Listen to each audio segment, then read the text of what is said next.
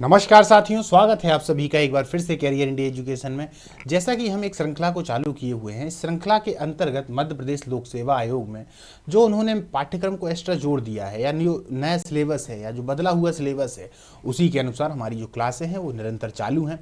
आज की इस क्लास में हम जो चालू करेंगे वो है मौर्य काल तक, यानी कि मौर्य काल में हमने बिंदुसार को पिछली वाली जो क्लास थी वहां तक कर लिया था। आज हम मुख्यतः अशोक एक महान शासक हुए, उनके बारे में आज से जो यहाँ पे क्लास है वो होगी। और आज की मुख्यतः पूरी की पूरी क्लास जो अशोक है, अशोक के बारे में पूरी बातें होंगी, अशोक महान के बारे में पूरी बातें होंगी, और मौर्य काल का जितना भी हमारा प्रशासन था, आर्थिक व्यवस्थाएं थी, उनकी सामाजिक व्यवस्थाएं थी, क्या रही उनकी सामाजिक व्यवस्था, इन सब पर हम चर्चा करेंगे। चलिए दोस्तों चालू करते हैं। इसके पहले मैं आप लोगों को बता दूं कि ये जो पहली यूनिट का ही पहला चैप्टर है जिसे हम संकल्पना और विचार के नाम से जानते हैं, जिसमें क्रमशः भारत की प्राचीन जो ज्ञान परंपरा है, वेद है, उपनिषद है, आरण्यक हैं, ब्राह्मण ग्रंथ हैं, तीर्थंकर हैं, बोधिसत्व है, तमाम तरीके की चीज़ें हैं। ये इसका जो पूरा का पूरा एक वन शॉट वीडियो है वो अपलोड हो चुका है, आप लोग जाइए उस पर देख लीजिए और वहाँ से आपके जितने भी प्रश्न इससे संबंधित हैं वो क्लियर हो जाएंगे। अगर शुरुआत में देखेंगे तो चौथी या पांचवी क्लास ही इसमें वन शॉट में है। चलिए दोस्तों अपन चालू करते हैं दूसरे वाले से, और हमने बिंदुसार तक पिछली क्लास में जो है वो कर लिया था। अब इससे आगे का जो है वो हम करेंगे। अब चलिए अशोक का यदि हम राज्यकाल की बात करें तो 273 से 232 ईसा पूर्व में होता है। देखिए मौर्य प्रशासन या मौर्य काल की हम बात करें तो ये मौर्य काल इतिहास में अपने आप में बहुत मायने रखता है और ये काफ़ी बड़ा है। अगर इसको पढ़ाने के लिए बैठा जाए तो 5 से 6 दिन भी कम हो जाते हैं, रोज़ 1.5 घंटे की क्लासें ली जाएं, खास तौर पर मेंस के लिए, है ना। लेकिन चूंकि यहाँ पर हमें प्री के लिए देखना है और हमने शुरुआत में ही डिसाइड किया था कि हम इसमें वो बातों को नहीं जोड़ेंगे, हमें यहाँ पर सिर्फ इनकी विशेषताएँ देखनी है। तो विशेषताओं और घटनाओं में तो अशोक के बारे में पूरी बातें आ जाएंगी, ठीक है। और उसके बाद में हमें इनकी प्रशासनिक जो कार्यक्रम था, यानी कि प्रशासन इन लोग इन्होंने कैसा किया है, एक बृहद प्रशासन हमें देखने को मिलता है, उस पर चर्चा करेंगे, आर्थिक और सामाजिक गतिविधियों पर, और इसके बाद हम आगे बढ़ जाएंगे। चलिए तो अशोक का परिचय सबसे पहले देख लेते हैं। अशोक को बौद्ध ग्रंथों में चंडाशोक या प्रचंड अशोक के नाम से जाना गया है। यदि मैं इन दोनों नामों को संयुक्त कर दूं तो इस तरीके से अपन लिख सकते हैं चंडाशोक, ठीक है। तो इस तरीके से नाम आपको देखने को मिलेगा, तो इसको आप लोग समझ जाना कि भैया हाँ यार ये चंडाशोक लिखा हुआ है। इसके आगे विष्णु पुराण में उसे अशोक वर्धन और देवा नाम प्रियदर्शी भी कहा गया है। देवताओं को प्रिय लगने वाला, वो अपने आप को देवताओं को प्रिय लगने वाला कहता है।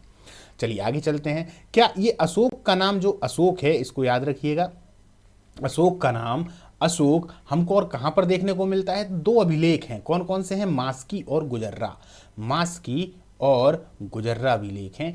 ये जो दोनों के दोनों अभिलेख हैं, इन दोनों अभिलेखों में अशोक का नाम हमको अशोक देखने को मिलता है। क्या देखने को मिलता है?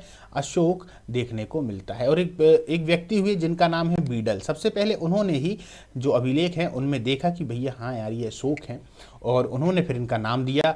तब से फिर हम समझने लगे, ये यकीन हो गया कि हाँ भैया ये जो अभिलेख हैं वो अशोक के ही हैं। चलिए आगे चलते हैं। अशोक की माता का नाम क्या था? तो सुभद्रांगी था, ये प्रश्न पूछा जाता है। और उनके भाइयों का नाम था सुसीम और बिगताशोक। क्या था? बिगताशोक। अशोक के आप नाम को ही देखिए, अशोक के यदि आप नाम को देखेंगे तो आ का मतलब होता है नहीं और शोक का मतलब होता है दुख। जिसके अंदर दुख है ही नहीं वही अशोक है। पर कायदे से आप देखेंगे तो सबसे ज़्यादा दुख उसी को हुआ और इसके बाद उसका पूरा का पूरा हृदय परिवर्तन हो गया। अगर आप इस वजह से अशोक को याद करते हैं कि अशोक ने कोई बहुत ज़्यादा युद्ध किए हों, बहुत ज़्यादा लड़ाइयाँ की हों, तो अशोक महान है, तो ऐसा बिल्कुल भी नहीं है। अशोक महान अपने उस हृदय परिवर्तन की वजह से है, जो उसने एक बड़ा युद्ध तो किया पर युद्ध की विभीषिका को देखकर, युद्ध के परिणाम को देखकर उसके अंदर जो परिवर्तन आया, उस परिवर्तन की वजह से अशोक को याद किया जाता है। और उस परिवर्तन की वजह से उसने जो समाज में परिवर्तन लाने का प्रयास किया, उस समय जो समाज पतित हो रहा था, उस समाज को परिवर्तन या परिवर्तित करने का जो प्रयास किया है, इस वजह से अशोक को याद किया जाता है। चलिए आगे चलते हैं। अशोक का एक सगा भाई है जालौक, ये सभी इतिहास में आते हैं दोस्तों। इन्होंने क्या, ये जालौक जो थे इन्होंने जैन धर्म को आगे चलकर स्वीकार कर लिया है, अपन देखेंगे। पुत्र और पुत्री और पत्नियां, पुत्रों के नाम यदि देखे जाएं तो तिवार है, कुणाल है, महेंद्र है। महेंद्र को आप लोगों ने सुन रखा है। पुत्री का नाम जो है वो संघमित्रा है और चारुमती। तो जो संघमित्रा है इसको भी आप लोगों ने सुन रखा है। जब आप लोग लूसेंट जैसी बुक को पढ़ते हैं तो आप देखते हैं कि महेंद्र और संघमित्रा को दक्षिण भारत की तरफ यानी श्रीलंका की तरफ वो भेजता है अपने धर्म के प्रचार के लिए। यहाँ पर आप देखेंगे कि बहुत सारे लोगों को उसने प्रचार प्रसार के लिए बाहर भेजा हुआ है। पत्नियों के नाम कौन कौन से हैं? कारोबाकी है, महादेवी है, पद्मावती है, संधिमित्रा है, तिस्यरक्षिता है। शायद तिस्यरक्षिता का नाम आप लोगों ने कहीं देख रखा हो। चलिए आगे चलते हैं, राज सत्ता का थोड़ा इतिहास देख लेते हैं। अशोक की देखिए कितनी पत्नियां थी। अशोक ने 273 ईसा पूर्व में मगध के राजा के रूप में प्रशासन चालू किया है। आप देखिए, जब मैंने आपको बिंदुसार पढ़ाया था, तो बिंदुसार की जो मृत्यु है वो कब हो रही थी? 269 ईसा पूर्व में, यानी 269 ईसा पूर्व में बिंदुसार जी समाप्त हो रहे हैं। तो कायदे से 269 में ही अशोक को बैठ जाना चाहिए, पर वो बैठ कब रहा है? वो 273 ईसा पूर्व में बैठ रहा है। तो इसका क्या मतलब हो रहा है? इसका ये मतलब हो रहा है कि ये 4 वर्ष जो बीच में छूट गए हैं, इन 4 वर्षों में संघर्ष किया उसने। अब क्या संघर्ष किया उसने? अब देखिए, उसने इन 4 वर्षों में संघर्ष किया जिसकी जानकारी हमें कुछ बौद्ध ग्रंथों से मिलती है। समझिए, इन 4 वर्षों में सत्ता प्राप्त करने के लिए उसने संघर्ष किया है। क्या? देखिए, बौद्ध ग्रंथों के अनुसार अशोक ने राधा गुप्त की सहायता से, कौन है भैया राधा गुप्त? राधा गुप्त दरअसल चाणक्य के तो चेले हैं और राधा गुप्त अशोक का मंत्री है। कौन है? अशोक का मंत्री है, मतलब मुख्यमंत्री है, प्रधानमंत्री है। उसी की सहायता से अपने सौतेले भाई सुशील, ये सुशील यहाँ पे लग गया है, ये सुसीम है, सुसीम की हत्या करके राजगद्दी को प्राप्त किया था। तो एक बात ये आ गई। एक बात और कहते हैं, महावंश, दीपवंश और महावंश, ये दोनों क्रमशः सिंगली अनुश्रुतियां कहलाती हैं। अनुश्रुतियों का मतलब होता है प्रचलित, मतलब जिनकी बातें काफी ज्यादा समाज में प्रचलित हैं, तो उनको अनुश्रुति कहा जाता है। तो ये दो हैं, दीपवंश और महावंश हैं बौद्ध ग्रंथों में। और ये कहाँ की हैं? दक्षिण भारत की, मतलब कि सिंगली अनुसूतियां, श्रीलंका और दक्षिण वाला जो क्षेत्र है वहां की। तो महावंश के अनुसार अशोक ने अपने 99 भाइयों की हत्या करके गद्दी को प्राप्त किया था। क्लियर है? अब देख लेते हैं कलिंग विजय। एक बात और आती है, वो बात इस तरीके की है कि अशोक देखने में सांवले थे, काले थे, तो इनको देखकर कुछ महिलाएं हंसने लगीं। महिलाएं कहने लगीं कि ये कैसा राजा है, ये तो काला है। अशोक ने कहा कि तत्काल इन्हें 6 इंच छोटा कर दिया जाए, 6 इंच यहाँ से लगाकर यहाँ तक इनको छोटा कर दिया जाए। तो अशोक ने उन सबको मरवा दिया था। तो इस तरीके का अशोक था। बाद में फिर कैसा हो जाता है अब आपको पता पड़ेगा भैया। देखिए कलिंग विजय, 261 ईसा पूर्व अशोक ने अपने राज्याभिषेक के 8वें वर्ष में, यानी कि जब उसका राज्याभिषेक कब हुआ? 269 में हो गया। तो अब इसके 8वें वर्ष में लगा लेंगे तो 261 आ जाएगा। कलिंग की विजय हासिल की, जिसका उल्लेख हमको 13वें शिलालेख में मिलता है। 13वां शिलालेख का मतलब है कि जो उसके 14 शिलालेख हैं, 1 2 3 4 5 6 7 8 9, इस तरीके से जो उसके 14 शिलालेख हैं, उसी में से 13वें शिलालेख में, और ये पूरे के पूरे 14 शिलालेख मिले कितने स्थानों से हैं? तो 8 स्थानों से। इस पर अपन ने अच्छे से गंभीर चर्चा कर रखी है ताकि आप लोग एक भी क्वेश्चन को गलत ना कर सकें। पुरानी क्लासों को देखिएगा तो 8 स्थानों पर ये जो मिले हुए हैं, इनमें से 13वें शिलालेख में वो चर्चा करता है। किसकी? अपने कलिंग युद्ध की। अशोक ने कलिंग पर अधिकार स्थापित करते हुए शासक है नंदराज, इनको कर दिया पराजित, और उसके बाद खूब वहां पे एक तरीके से आतंक मचाया। इसके बाद अशोक ने युद्ध विजय की नीति को त्यागते हुए एक धर्म नीति की शुरुआत की। धर्म नीति की शुरुआत क्यों की? अब यहां समझिए, कलिंग विजय में 1 लाख लोग मारे गए और 1.5 लाख लोग तो बंदी बना लिए गए। इसी युद्ध में इतना नरसंहार देखते हुए अशोक का हृदय द्रवित हो जाता है और वह युद्ध नीति को छोड़कर धर्म नीति को अपना लेता है। कहते हैं कि अशोक जब इस युद्ध को जीतने के बाद अपने साम्राज्य में आता है, यानी मगध पे जब वो आता है, तो मगध पर उसके स्वागत में उनकी पत्नियां खड़ी हैं, है ना, उनके बच्चे भी खड़े हैं, मतलब कि तमाम तरीके की पूरी जनता वगैरह खड़ी हुई है। पर अशोक का मन उस स्वागत में लग ही नहीं रहा। अशोक ने सबको अनदेखा कर दिया और जाते ही वो एक छत पर चला गया और छत पर बहुत देर तक आराम से बैठा है। सबसे कह दिया कि मुझसे अभी कोई भी मिलना नहीं। तो यहाँ से ये संकेत मिलता है कि कहीं ना कहीं उसका जो हृदय है वो अब टूट चुका है। हृदय अब टूट चुका है, उसे अपने आप से गिलानी होने लगी है। फिर आगे चलकर होता क्या है? डॉक्टर हेमचंद राय चौधरी के अनुसार, वो कहते हैं, ये एक इतिहासकार हैं, इनके कोटेशन को आप लोग मेंस में लिखा करिए तो अच्छे नंबर मिलेंगे। कलिंग का युद्ध अशोक के शासक बनने के बाद तो प्रारंभ हुआ है और यह उसका प्रथम और अंतिम युद्ध था। बिल्कुल, अशोक ने एक ही तो युद्ध किया हुआ है, एक ही युद्ध किया हुआ है। युद्ध की वजह से वो महान नहीं है, मैंने शुरुआत में आपको बता दिया। वो महान है युद्ध के बाद युद्ध छोड़ देने के लिए, वो महान है अपने हृदय परिवर्तन के लिए, और जो हृदय परिवर्तन हुआ है उसके बाद वो समाज में क्या परिवर्तित करता है या क्या परिवर्तित करने के लिए उसने क्या क्या योजनाएं बनाई हैं, उनके लिए प्रसिद्ध है वो, इसलिए महान है। ठीक है, चलिए। अशोक ने कश्मीर में श्रीनगर और नेपाल में ललितपत्तनम नामक नगर बसाए हैं। चलिए, ये अब आप लोगों के लिए फैक्ट आ जाएंगे। फैक्ट तो बहुत जरूरी है क्योंकि उन्हीं को याद करना है। कहानी तो मेरे पास में बहुत सारी हैं दोस्तों, पर मैं कहानी इसलिए नहीं सुनाता क्योंकि एक तो जो अपनी क्लास है वो बड़ी बन जाएगी, और दूसरी बात अभी इतना समय किसी के पास में है नहीं है। जब मैंने मेंस की क्लास को चालू किया था तो उस समय काफ़ी कहानियाँ लोग सुना करते थे, लेकिन अभी इस समय पर मैं चाहता हूँ कि आपके पास में फैक्ट पहुँच जाए। ठीक है, अब देखिए, अशोक की पुत्री चारुमती ने नेपाल में देवपत्तनम नामक नगर की स्थापना की। किसकी? देवपत्तनम नामक नगर की स्थापना की। चलिए आगे चलते हैं। अशोक पहले ब्राह्मण धर्म को मानता था। किसको मानता था? ब्राह्मण धर्म को मानता था। कल्हड़ की राज तरंगिणी के अनुसार वह पहले शैव था। तो दोनों बात आ रही हैं कि वो पहले शैव था या वो ब्राह्मण धर्म को मानता था। तो देखिए, ब्राह्मण धर्म, शैव, ये दोनों के दोनों कहीं ना कहीं हिंदू धर्म से संबंधित हैं, है ना। दीपवंश और महावंश के अनुसार अशोक ने एक दिन अपने बड़े भाई सुमन के पुत्र निग्रोध से, यहां पर समझने का प्रयास करना, दीपवंश और महावंश क्या कह रहे हैं। ये कह रहे हैं अपने बड़े भाई जो सुमन है का पुत्र है निग्रोध। कौन है? निग्रोध को भिक्षा के लिए जाते हुए देखा और उससे बहुत प्रभावित हो गया। अशोक ने निग्रोध के प्रवचनों को सुनकर बौद्ध धर्म को अपना लिया। बाद में वह मोगली पुत्र तिस्य का शिष्य बना। और इसके विपरीत दिव्यावदान कहता है कि अशोक को बौद्ध धर्म में उपगुप्त ने दीक्षित किया है। तो इन दोनों बातों को हमको समझना है। दरअसल हम महावंश और दीपवंश को इसलिए नहीं मानते क्योंकि एक तो ये अनुश्रुतियां हैं, दूसरी बात ये भारत की नहीं, ये श्रीलंका से ज्यादा प्रभावित है, इसलिए हम इनको ज्यादा नहीं मानते। लेकिन हम दीपवंश जो है, दिव्यावदान है, ये वाला दिव्यावदान, इसको हम अधिकतम सही मानते हैं। तो जो अधिकतम कमीशन भी हैं वो यही मानते हैं कि अशोक को बौद्ध धर्म में उपगुप्त ने ही दीक्षित किया है। ठीक है, चलिए। दिव्यावदान के अनुसार अशोक ने 84,000 स्तूपों का निर्माण करवाया है।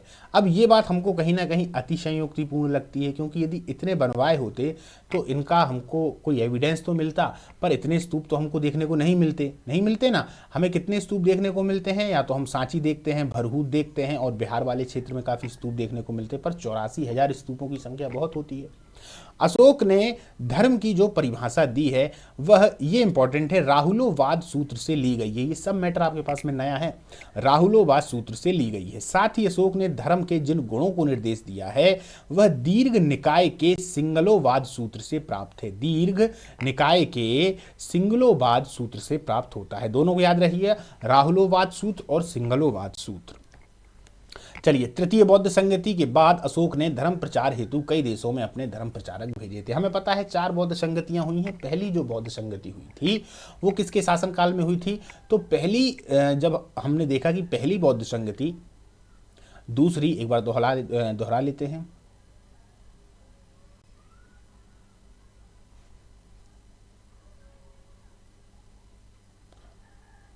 तीसरी और चौथी। इसके समय पर कौन सी हो रही है? तो इसके समय पर तीसरी हो रही है। तो जब तीसरी इसके समय में हो रही है तो अपन ने यहाँ अशोक लिख दिया। तो भैया 2 और हुई हैं। तो 2 जो हुई हैं वो किस किस के समय पे हुई हैं? तो पहली वाली जो हुई है वो किसके समय में हुई है? वो हुई है अजातशत्रु के समय में।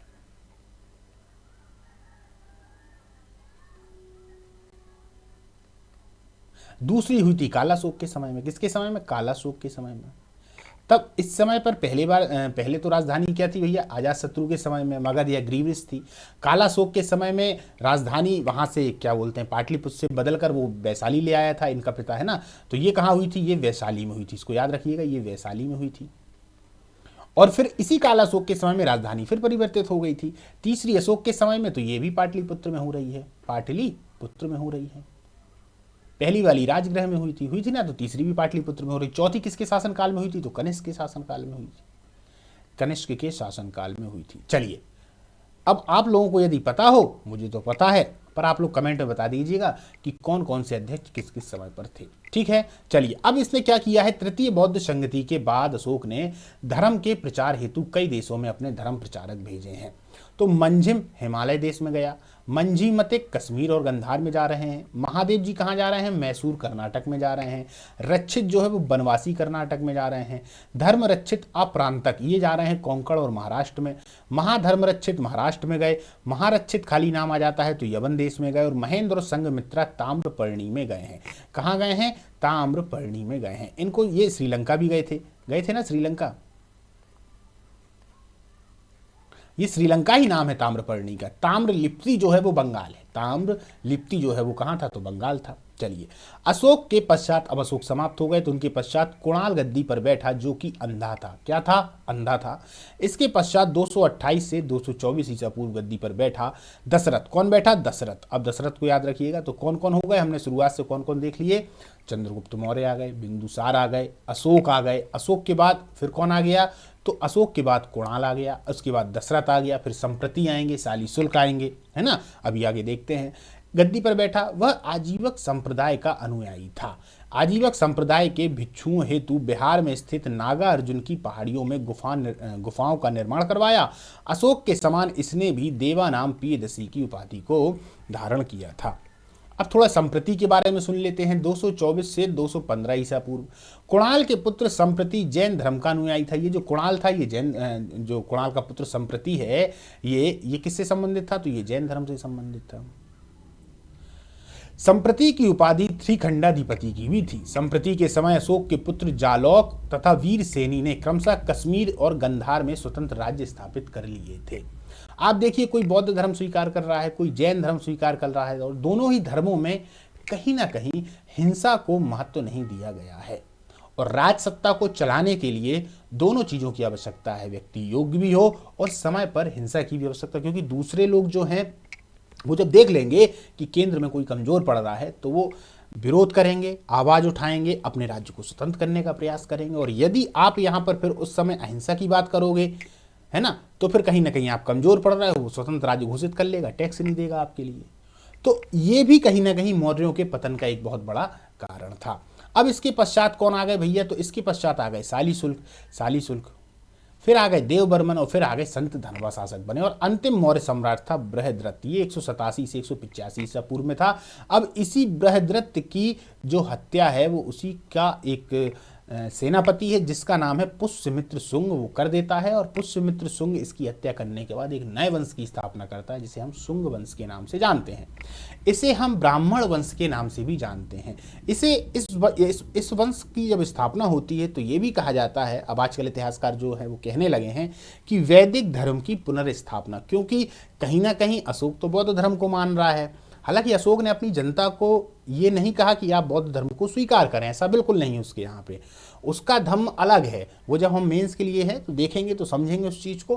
पर अशोक ने ये नहीं कहा कि नहीं तुमको ये अपनाना पड़ेगा, है ना। वो तो कुछ नियम कायदे कानून थे, इस तरीके का वो धम्म था उसका। हालांकि वो स्वयं बौद्ध धर्म को स्वीकार किया हुआ है तो बौद्ध धर्म का प्रभाव तो उस पर पड़ना है।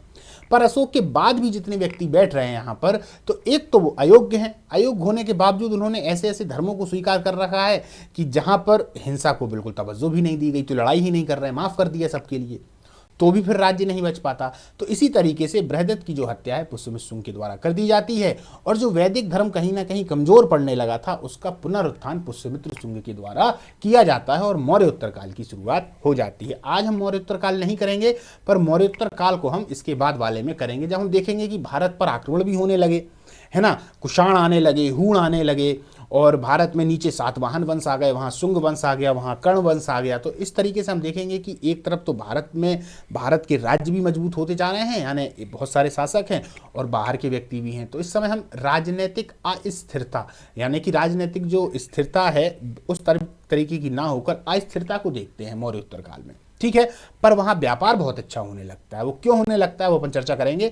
चलिए, बृहद्रथ को बाणभट्ट की हर्ष चरित्र में प्रज्ञा दुर्बल कहा गया है। क्या कहा गया है, प्रज्ञा दुर्बल। प्रज्ञा दुर्बल का मतलब होता है प्रज्ञा यानी बुद्धि, और दुर्बल यानी बुद्धि से दुर्बल व्यक्ति। बृहद्रथ मौर्य वंश का अंतिम शासक था। इसकी हत्या इसी के ब्राह्मण सेनापति पुष्यमित्र शुंग ने 185 ईसा पूर्व में कर दी। कब कर दी, 185 ईसा पूर्व में कर दी। और एक नए वंश की स्थापना की जिसे शुंग वंश कहेंगे। चलिए अब हम मौर्य प्रशासन को देखेंगे। अब इसके बाद मौर्य प्रशासन आएगा और इस समय की सामाजिक आर्थिक जो स्थितियां थी उस पर चर्चा करेंगे, ठीक है। क्योंकि मौर्य जो प्रशासन है वो एक बृहद प्रशासन था, ऐसा छोटा मोटा प्रशासन नहीं था दोस्तों। चलिए प्रथम, ये देखिए यहाँ यही लिखा है प्रथम केंद्रीकृत प्रशासन। इसके पहले कोई ऐसा शासन हमको देखने को नहीं मिलता है। आदमी ने, सेना भी स्थायी नहीं थी किसी के पास में। जो सेनाएं हुआ करती थी वो कैसी थी सेनाएं? वो ऐसी थी कि भैया कुछ तो सैनिक हैं उनके पास में, पर जैसे मान लीजिए कहीं लड़ाई हो गई तो सबसे पहले बुलाएंगे दूसरे वाले क्षेत्रों को, पत्र पहुंचाया जाएगा, फिर जाके सेना आएगी, तब जाके लड़ाइयाँ की जाएंगी। पर यहाँ ऐसा नहीं है। चंद्रगुप्त मौर्य के समय में चाणक्य जैसा गजब का प्रधानमंत्री है, उसने पूरी की पूरी व्यवस्थाएं यहाँ पर कर रखी हैं। और चंद्रगुप्त मौर्य को भी इतना ट्रेंड कर दिया था पहले से कि उसने भी अपनी पूरी व्यवस्थाओं को सुदृढ़ रखा। उसी प्रकार बिंदुसार रहे और उसी प्रकार अशोक रहे। अशोक के बाद स्थितियां कमजोर होने लगी थी। तो भैया देख लीजिए, मौर्य काल में भारत का पहला केंद्रीकृत प्रशासन था। राजा संपूर्ण प्रशासन का प्रमुख था। राजा कार्यपालिका, व्यवस्थापिका और न्यायपालिका प्रमुख था। यानी कि जो राजा है, राजा सभी चीजों का प्रमुख है, सर्वोपरि राजा है, इसको याद रखिएगा। सर्वोपरि तो राजा ही है। कार्यपालिका को का हो, व्यवस्थापिका का हो, न्यायपालिका को हो, न्याय की बात आएगी तो भैया अंतिम निर्णय जो होगा वो राजा का होगा। तो राजा प्रमुख है। मंत्रियों का संगठन, अर्थशास्त्र के अनुसार मौर्य काल में राजा को सहायता के लिए मंत्री और मंत्री परिषद होती थी, बिल्कुल होती थी। मंत्रीगण, इसके सदस्यों में प्रमुख मंत्री हैं, पुरोहित हैं, युवराज है, सेनापति है, सन्निधाता शामिल थे। चलिए मैं बता देता हूं, ये हो गया राजा। इसके पास में एक मंत्रिणा हुआ करती थी। क्या हुआ करती थी? मंत्रिणा हुआ करती थी। अब ये जो मंत्रिणा थी इसमें 4 से 5 व्यक्ति हुआ करते थे जो महत्वपूर्ण थे, जैसे कि सेनापति हो गया, है ना, और जो प्रांतों के प्रमुख होते थे वो हो गए हैं। इनमें मुख्य अमात्य हो जाते थे, है ना, प्रधानमंत्री हो जाता था। इस प्रकार जैसे आज की कैबिनेट आप लोगों ने देखी होगी, वही कैबिनेट उस समय पर उसी प्रकार से थी, मंत्रिणा। इसके बाद नंबर आता है मंत्री परिषद का। क्या आता है? मंत्री परिषद का। अब ये जो मंत्री परिषद है ये 2 भागों में बटी हुई थी। किस भागों में बटी हुई थी? 2 भागों में। तो इसमें 2 प्रकार के व्यक्ति थे। एक तो अध्यक्ष थे, क्या थे? अध्यक्ष थे। और एक थे तीर्थ, तो 18 प्रकार के तीर्थों की बात आती है और 26 प्रकार के अध्यक्षों की बात आती है। ये था मौर्य प्रशासन। तो 18 और 26। एक बात और याद रखना, इनमें से जो व्यक्ति भी इनमें पास होता था उसको फिर क्या कहा जाता था? अमात्य। जैसे कि हमारे यहाँ पे यदि हम यूपीएससी को फाइट कर लेंगे तो कैडर मिल जाएगा, आईपीएस के हैं कि आईएएस के हैं, तो ये मात्र एक कैडर, तो इनका ये कैडर हुआ करता था कि भैया वो उसने एक परीक्षा को पास कर लिया है, अब वो अमात्य है। फिर इन्हीं अमात्यों में से कोई तीर्थ में जाएगा, कोई अध्यक्ष में जाएगा, कोई मंत्री परिषद में जाएगा और अच्छे अनुभवी लोग मंत्रिणा में चले जाएंगे। ये जो अमात्य हुआ करते थे इनको वेतन मिलता था, और वेतन किन के रूप में मिलता था? पण के रूप में मिला करता था। तो ये पूरा चित्र आपके दिमाग में बन गया। अब आगे चलते हैं, देखिए वेतन व्यवस्था इनकी देख लेते हैं। मंत्रियों का जो वेतन है, मंत्रियों का वो 48,000 पण है। पण दरअसल चांदी का वो हुआ था, चांदी की मुद्रा थी। वार्षिक वेतन मिलता था, ठीक है ना भैया, वार्षिक वेतन मिल रहा है। और मंत्री परिषद के सदस्यों का वेतन इन्हें कितने मिलते थे? तो 12,000 पण मिलते थे। तो जो मंत्री परिषद के हैं, यानी कि जो मंत्रिगण हैं, यहाँ पर मिल रहे हैं 48,000 और इसके बाद मिल रहे हैं 12,000। क्लियर है? तो निश्चित तौर पर मंत्रिणा मंत्री परिषद से महत्वपूर्ण थी, क्योंकि कार्य महत्वपूर्ण थे, जिम्मेदारियों वाले काम थे और राजा के करीब रहा करती थी। ठीक है, चलिए तीर्थ और महामात्र। मौर्य काल में प्रमुख अधिकारियों को तीर्थ और महामात्र कहा जाता था। अर्थशास्त्र के अनुसार 18 तीर्थ इस प्रकार हैं। अब इन तीर्थों को देख लेते हैं, इनसे प्रश्न आते हैं। देखिए सबसे पहले तो हम देखते हैं पुरोहित को। तो पुरोहित कौन है? प्रधानमंत्री और धर्माधिकार, मतलब कि प्रधानमंत्री भी है और साथ साथ में धर्माधिकार, जो धर्म से संबंधित कार्य होंगे वो पुरोहित के काम होंगे, यानी पूजा पाठ से संबंधित। चंद्रगुप्त के समय कौटिल्य रहे, कौन नहीं जानता, पूरा भारतवर्ष जानता है, इनकी किताबें तो आप जानते ही हो, अर्थशास्त्र कितनी महत्वपूर्ण है। बिंदुसार के समय थे खल्लाटक, कौन थे? खल्लाटक। और अशोक के समय पर थे राधागुप्त। इन तीनों को आप लोग अच्छे से याद कर लीजिए। अब आते हैं समाहर्ता। ये कौन है? तो ये राजस्व विभाग का प्रधान अधिकारी है। क्या है? राजस्व विभाग का प्रधान अधिकारी। सन्निधाता राजकीय कोषाध्यक्ष है और युवराज जो है वो राजा का अधिकारी है। युवराज कौन है? राजा का अधिकारी है। प्रदेष्टा कौन है? फौजदारी न्यायालय का मुख्य न्यायाधीश। प्रदेष्टा फौजदारी न्यायालय का मुख्य न्यायाधीश। व्यवहारिक कौन है? दीवानी न्यायालय का मुख्य न्यायाधीश। और सेनापति कौन है? युद्ध मंत्री नायक सेवा का संचालक। दंडपाल सेना की सामग्री को ले जाने वाला प्रधान अधिकारी। कर्मांतिक कौन है? उद्योग धंधों का प्रधान निरीक्षक। कर्मांतिक कौन है? उद्योग धंधों का प्रधान निरीक्षक। मंत्री परिषद या अध्यक्ष, एक ये भी पद हुआ करता था, मंत्री परिषद या अध्यक्ष बोलते थे। ये मंत्री परिषद का ही अध्यक्ष था, यानी जो पूरी बन रही है तो उसका अध्यक्ष हुआ करता था। ये अध्यक्ष जो 26 अध्यक्ष हैं उनसे अलग है, याद रखना। अंतपाल कौन है? सीमावर्ती दुर्ग का रक्षक। अंतपाल शब्द देखिए आप, अंतपाल, अंत, तो इसीलिए सीमावर्ती, अंत में क्या आता है? सीमाएं आ जाती हैं, याद करने में सहूलियत रहेगी। दुर्गपाल कौन है? तो भैया भीतरी दुर्गों का रक्षक। दुर्गपाल भीतरी दुर्गों का रक्षक। नागरिक कौन है? नगर का प्रमुख अधिकारी। आटविक कौन है? वन विभाग का प्रधान। वन विभाग का कौन है? प्रधान। आटविक, आटविक का मतलब जंगल से ही होता है। प्रशासता, इस पर प्रश्न कई बार पूछा गया है। राज्य की आज्ञाओं को लिपिबद्ध करने वाला प्रधान अधिकारी। राज्य की आज्ञाओं को लिपिबद्ध करने वाला प्रधान अधिकारी। द्वारिक कौन है? द्वार की देखरेख करने वाला। यहां पर लिखा नहीं है, मैं लिख देता हूं। तो द्वार की देख रेख करने वाला, ठीक है ना, द्वारपाल भी बोल देते हैं, लेकिन यहां पर उसके लिए जो शब्द है वो द्वारिक भी प्रयुक्त किया गया है। अंतर्वर्षिक कौन है? अंतर्वर्षिक अंदर की, तो सम्राट के जो अंगरक्षक होंगे सेवा का प्रधान होगा, ठीक है ना। नायक सेना के संचालक के लिए, नायक सेना के संचालन के लिए। तो इस तरीके से मौर्य प्रशासन में 18 तीर्थ हुआ करते थे। आप देखिए एक विस्तृत प्रशासन देखने को मिल रहा है कि नहीं मिल रहा है। आगे चलते हैं। अर्थशास्त्र में 26 प्रकार के अध्यक्षों का भी उल्लेख मिलता है। 26 प्रकार के अध्यक्ष हैं, कौन कौन से हैं? चलिए अपन देखते हैं। पणया अध्यक्ष हैं, सुनाध्यक्ष हैं, ये दरअसल सुरा अध्यक्ष है। कौन है? सुरा अध्यक्ष। सुरा अध्यक्ष, जब आप लोगों को पीडीएफ मिलेगी तो क्लियर मिलेगी, सुरा अध्यक्ष है, मतलब कि जो आबकारी विभाग से संबंधित। गणिताध्यक्ष, सीताध्यक्ष, ये राजकीय भूमि के अध्यक्ष हुआ करते थे। अकराध्यक्ष यानी खानों के, यहाँ पे मैं लिखता जाता हूँ, खानों के हो गए। सीताध्यक्ष जो थे वो राजकीय भूमि के थे, राजकीय भूमि से संबंधित थे। गणिताध्यक्ष इनका मतलब लेखन कला वाला कार्य था, जोड़ घटाने वाला। सुराध्यक्ष कौन थे? तो सुराध्यक्ष जो थे वो आबकारी के प्रमुख थे, आबकारी से संबंधित थे। इसी प्रकार सुवर्णाध्यक्ष थे, तो ये सोने से संबंधित थे, सोना यानी गोल्ड। इसी प्रकार कोष्ठगाराध्यक्ष थे, कुपयाध्यक्ष थे, आयुधगाराध्यक्ष थे, तो ये किससे संबंधित थे? ये संबंधित थे, जो आयुधगारा थे ये सेना के हथियारों से संबंधित थे, सेना के हथियारों से संबंधित थे। एक शुल्काध्यक्ष हुआ करता था, ये क्या करता था? ये शुल्कों को वसूल करता था, यानी कि टैक्स लेने वाला बंदा था। इसी प्रकार सूत्राध्यक्ष थे,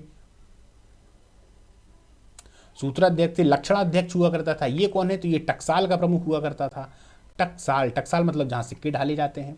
रूप दर्शनाध्यक्ष था, ये सिक्कों की जांच करता था, ये सिक्कों की जांच करता था। चलिए भैया, एक विविताध्यक्ष था, तो ये कौन था? ये चारागाह अध्यक्ष था। चारागाह में बताता जा रहा हूं ताकि आप लोग याद करते हुए चलें। गो अध्यक्ष आप लोगों को पता ही है, गैया से संबंधित। मुद्रा अध्यक्ष भी पता है। एक नवाध्यक्ष होते थे, ये किससे संबंधित थे? जो नेवी थी, यानी कि जो नाव वाली सैनिक थी उनसे संबंधित, क्योंकि हमने देखा ना अर्थशास्त्र में उसने बताया है कि राजा के पास में एक बड़ा जहाज भी होना चाहिए, नौसैनिक भी होने चाहिए, तो ये नवाध्यक्ष हो गए। इसी प्रकार पतनाध्यक्ष भी थे, संस्थाध्यक्ष भी थे, पोतवाध्यक्ष भी थे, है ना। अब मापाध्यक्ष, ये कौन थे? माप तौल के अधिकारी हुआ करते थे, माप तौल के अधिकारी हुआ करते थे। अब कुछ थे तो जो अश्वाध्यक्ष थे, अश्वाध्यक्ष कौन थे? तो अश्वा जो अध्यक्ष थे वो घोड़ों से संबंधित थे, घोड़ों के स्तबल को देखा रेखा करना। देवता अध्यक्ष पूजा पाठ वाले थे। अच्छ पटलक अध्यक्ष थे, शुल्काध्यक्ष हो गया। और हाथी अध्यक्ष जो हाथियों से संबंधित थे, या हाथियों की जो सुरक्षा वगैरह देखा करते थे, क्योंकि हाथी भी युद्ध में जाते थे और युद्ध में जो है वो लड़ाई वगैरह किया करते थे, युद्ध में प्रयोग होते थे ना हाथी। आपने सुना है कि नहीं सुना? चंद्रगुप्त मौर्य ने 500 हाथी दे दिए थे, किसको? सेल्यूकस निकेटर को। ठीक है, चलिए अब देखिए मौर्य काल में अध्यक्षों को 1000 पर्ण वार्षिक वेतन मिलता था। अब ये जो अध्यक्ष हैं इनको 1000 पर्ण मिलता था। तो जब मौर्य प्रशासन की हम कमियों के बारे में लिखते हैं तो मेंस के लिए एक अच्छा है कमियों के बारे में कि इतनी बड़ी कमी थी।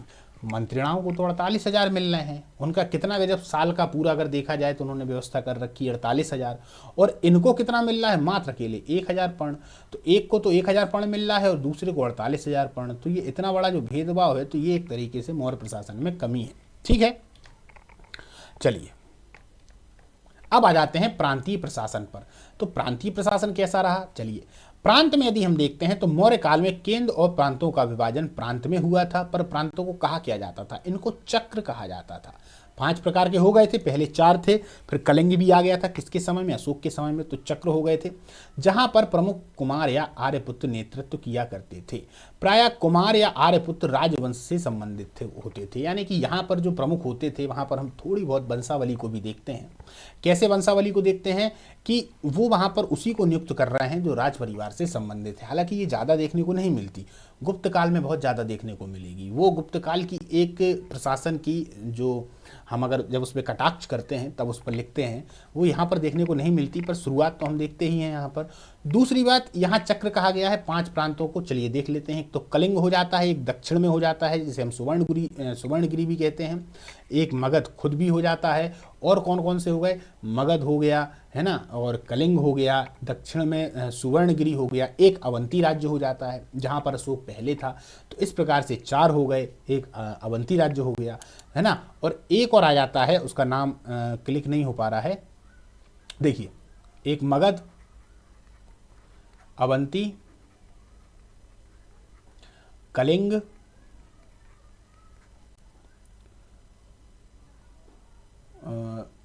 सुवर्णगिरी यानी दक्षिण वाला, एक हो गया, 2 हो गया, 3 हो गया, 4 हो गया, एक और है उसका नाम क्लिक एकदम से हो नहीं पा रहा और बिल्कुल जवान पे ही रखा हुआ है।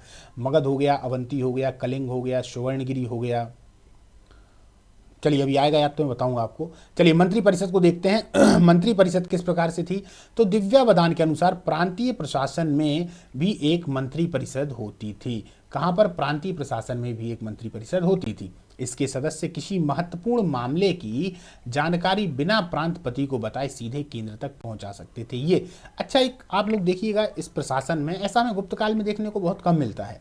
चंद्रगुप्त मौर्य के समय में जो चाणक्य व्यक्ति है ना, उसने चीज़ों को इतने अच्छे से बना रखा है कि वो एक भी चीज़ को छोड़ता नहीं। क्यों नहीं छोड़ता, देखिए, किसी भी महत्वपूर्ण मामले की जानकारी बिना प्रांतपति को बताए सीधे केंद्र तक, मतलब एक व्यक्ति वहां भी उसने अपना रख रखा है, एक समिति वहां भी गठित कर रखी है कि कोई भी बात यदि हो जाए आपको प्रांतपति को बताने की जरूरत नहीं, सीधे आप हमें बताएंगे, हम जाकर एक्शन ले लेंगे वहां पे। तो ये बहुत जरूरी भी है। उनके अंदर डर भी रहता था। ये आ गए भैया 5 प्रांत। चलिए उत्तराखंड की तक्षशिला, ये जो नाम है एकदम से दिमाग में नहीं आ रहा था। चलिए अशोक के समय 5 प्रांतों का उल्लेख है, एक बार बना लेते हैं हम अखंड भारत को और देख लेते हैं कि किस तरीके से ये जो भारत था वो था। चलिए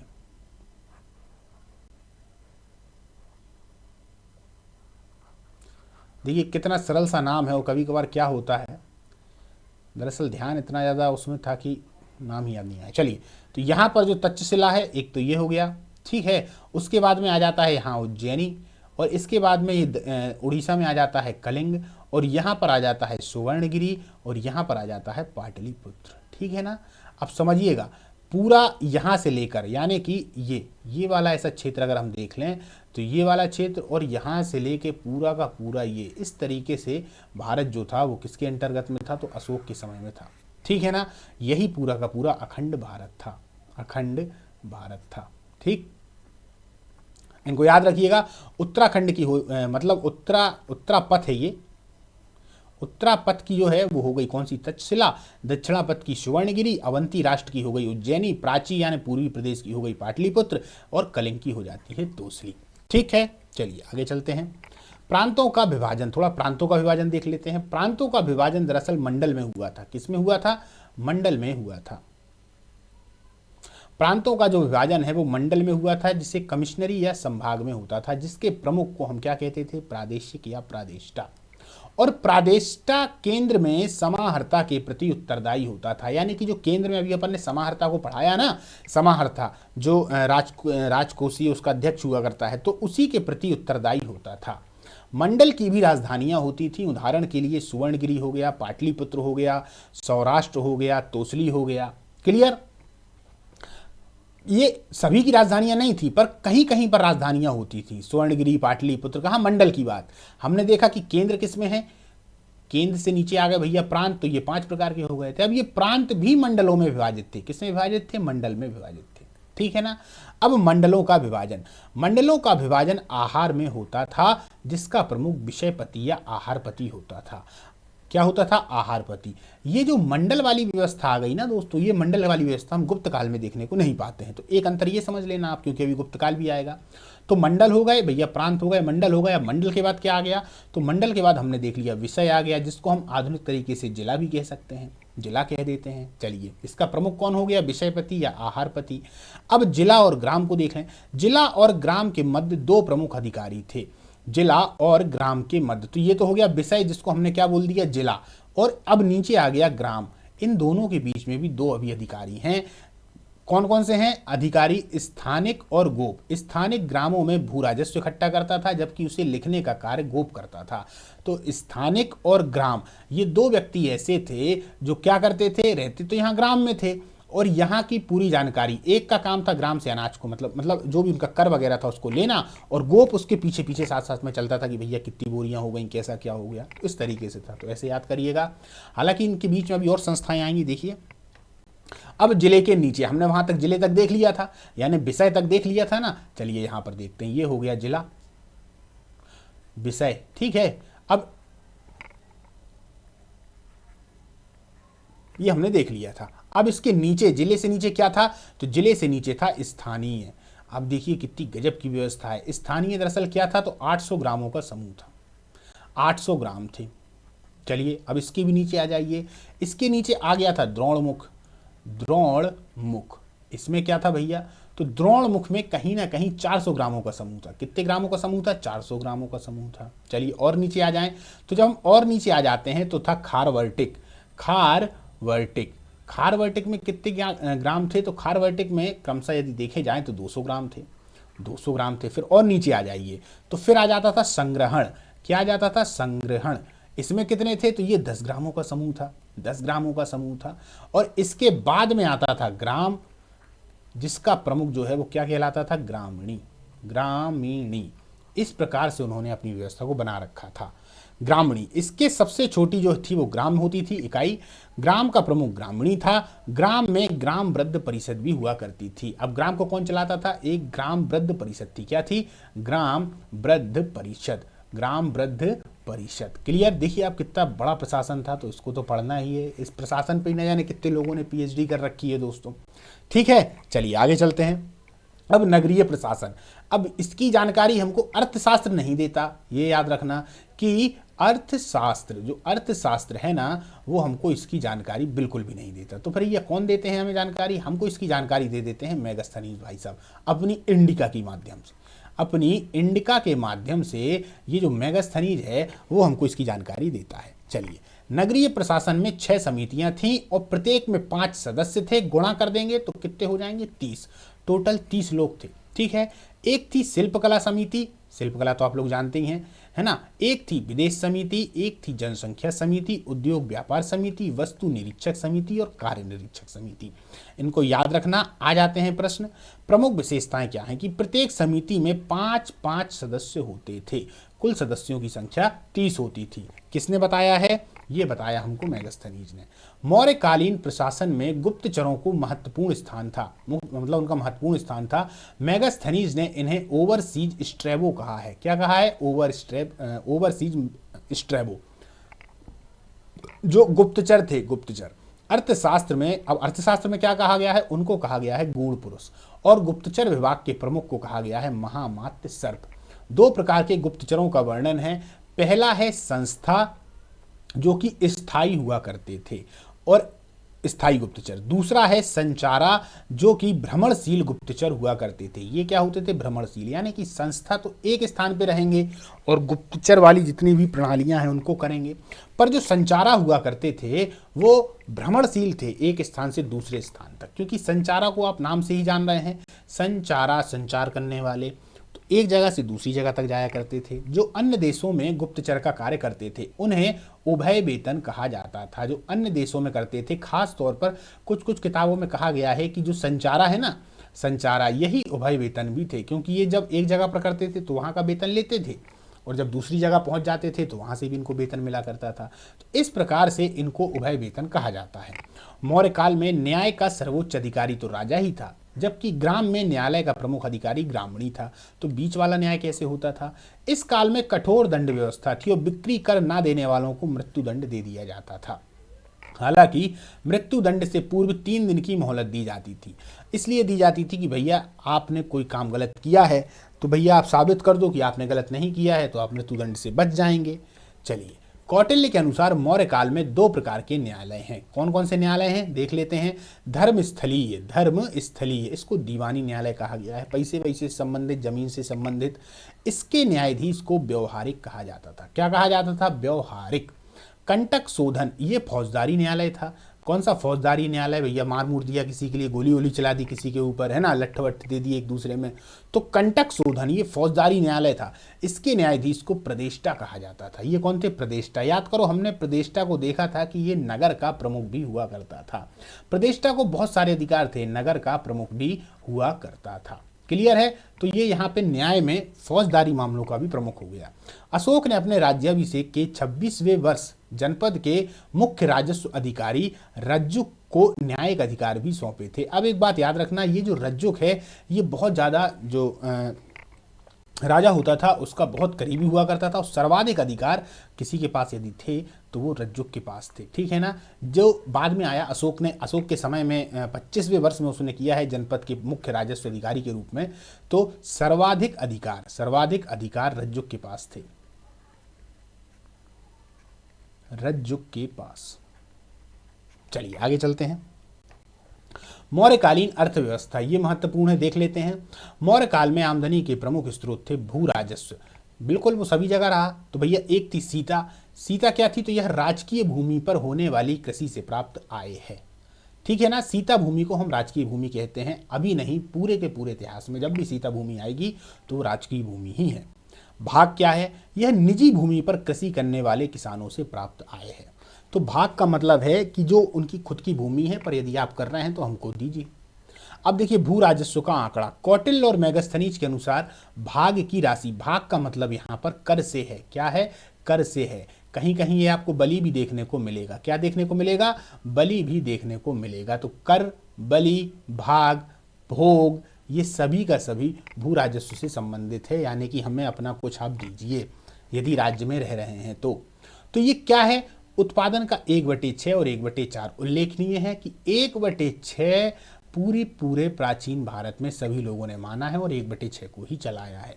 यहाँ मेगास्थनीज कहता है इसकी जो गणित थी ना वो दोस्तों कमजोर थी। ये कह रहा है कि 1/4 लिया जाता था, जो कि इसका भ्रामक विवरण है। ठीक है ना? तो इसको याद रखिएगा, मेगास्थनीज के अनुसार 1/4 है और अर्थशास्त्र में कौटिल्य के अनुसार 1/6 है। मौर्य काल में विभिन्न प्रकार के कर प्रणय, अब एक ये था, तो ये क्या था? यह संकटकालीन कर था। विष्टि क्या था? यह निःशुल्क और श्रम कर था। उत्संग क्या था? तो ये उपहार कर था। उत्संग क्या था? उपहार कर था। बलि क्या था? तो बलि मुख्यतः अगर देखा जाए तो यह धार्मिक कर हुआ करता था।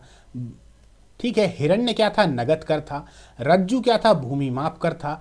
चोर रज्जू कर क्या था? चौकीदार या पुलिस कर था। विवीत क्या था? यह चारागाह कर था। विवीताध्यक्ष कौन था? चारागाह अध्यक्ष था ना। वर्तनी सड़क कर था। एक और था मूषिका कर। मूषिका मतलब चूहा कर। ये प्लेग फैलने पर कर था, कि मान लीजिए प्लेग फैल गया है तो अब इसको फैल जाने के बाद में भैया हमें कर भी चाहिए। क्यों चाहिए? क्योंकि अब उस गांव की रक्षा भी तो की जाएगी। तो किससे की जाएगी? धन से की जाएगी। तो मूषिका कर। और प्लेग फैलता किससे? चूहों से ही फैलता है। यह सभी कर समृद्धि और सामाजिक सुरक्षा की दृष्टि से महत्वपूर्ण थे। ठीक है, चलो हमने देख लिया आर्थिक व्यवस्था इनकी। पिंड कर देख लिया जाए भैया, ये संपूर्ण गांव से ले लिया जाता था। पिंड कर पूरे के पूरे गांव से लिया जाता था। ये कब लिया जाता था बता देता हूँ। मान लीजिए एक स्थान से दूसरे स्थान पर सेना जा रही है युद्ध करने के लिए, बीच में वो किसी गांव में रुक गई। अब भैया उसके पास में जो रसद वगैरह है वो उतनी ही है कि अब जाके वो युद्ध करे। तो भैया आज कैसे हम पूरा करेंगे? तो भैया गांव वाले उनकी मदद करते थे, सभी लोग मिलकर। तो उसी को हम कहते हैं पिंड कर। कौटिल्य ने सिंचाई के साधनों को सेतुबंध या सेतु कहा है। क्या कहा है? सेतुबंध या सेतु। मौर्यकालीन अर्थव्यवस्था में सबसे प्रमुख योगदान कृषि का था। मौर्यकालीन अर्थव्यवस्था कृषि, पशुपालन, वाणिज्य, व्यापार पर आधारित थी। तीनों को सम्मिलित रूप से वार्ता कहा गया है। क्या कहा गया है? वार्ता कहा गया है। अर्थशास्त्र में धान की फसल को सबसे उत्तम माना गया है और गन्ने की फसल को सबसे निकृष्ट बताया गया है। हो सकता है कि दरअसल धान की फसल में रोपाई पद्धति आ गई थी तो धान काफी उगती थी, गन्ना उस समय पर नहीं उग पाता रहा होगा अच्छे से, या गन्ने से वो लोग इतना ज़्यादा सामान नहीं बना पाते होंगे, शक्कर वगैरह शायद नहीं बना पा रहे होंगे, इस वजह से उन्होंने गन्ने की फसल को निकृष्ट बताया है। मौर्य काल में जो प्रमुख उद्योग था वो था सूत कातने का और बुनने का। ठीक है, चलिए। मौर्य काल में वाणिज्य व्यापार का सर्वोच्च अधिकारी पणयाध्यक्ष हुआ करता था। कौन सा अध्यक्ष? पणयाध्यक्ष। मौर्य काल में देशज व्यापार के साथ साथ विदेशी व्यापार भी उन्नत अवस्था में थे। यह व्यापार मुख्यतः पश्चिम एशिया, मिस्र, चीन और श्रीलंका से होता था।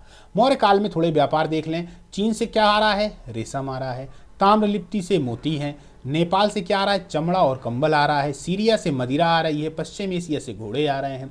सीरिया से बिंदुसार मांग रहा था ना मदिरा, कह रहा था कि भैया पहुंचा देना, एक आध दो हो रखी हो कोई।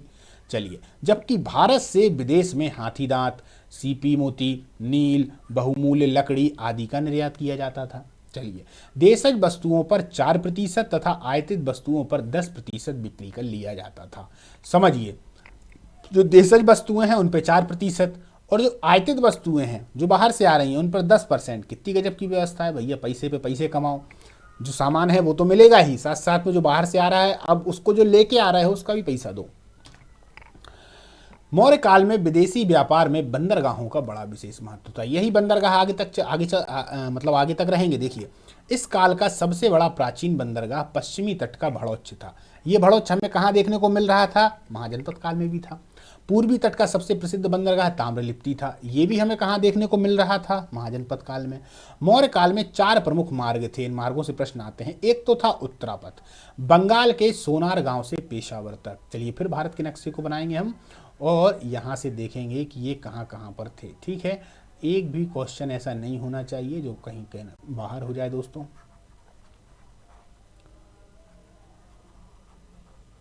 चलिए, ये थोड़ा बढ़ गया आगे। तो उत्तरापथ बंगाल के सोनार गांव से, यानी कि यहाँ से लेके बंगाल का जो सोनार गांव है यहाँ से लेकर और पेशावर तक, ये पहुँच गया पेशावर तक, और यहाँ से फिर ये आगे चलकर रोम की ओर निकल जाता था, यहाँ पर पूरा निकल जाता था। तो ये तो हो गया उत्तरापथ। अब भैया दक्षिणापथ क्या है? तो श्रावस्ती से प्रतिष्ठान तक। प्रतिष्ठान कहाँ था? यहाँ था।